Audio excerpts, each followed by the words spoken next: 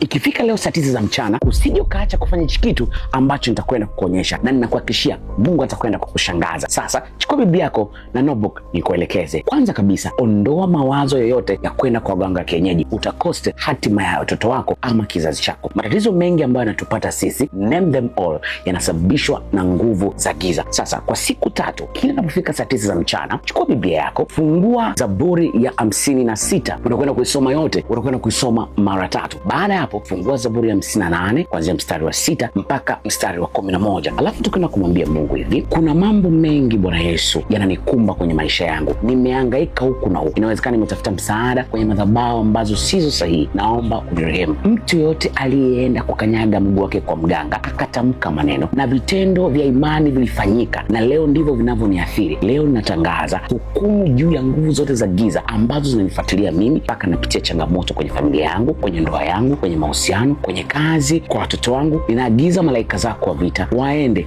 wakavunje kila minyororo ya giza, na ninatangaza kuanzia sasa, baada ya siku 3 za haya maombi, ninakwenda kuona upenyo, nitakwenda kuona mafanikio, na hii hali ambayo unaipitia sitaiona tena. Kwa hizi siku 3 Mungu atakufungulia milango mikubwa sana ambayo hujawahi kuiona.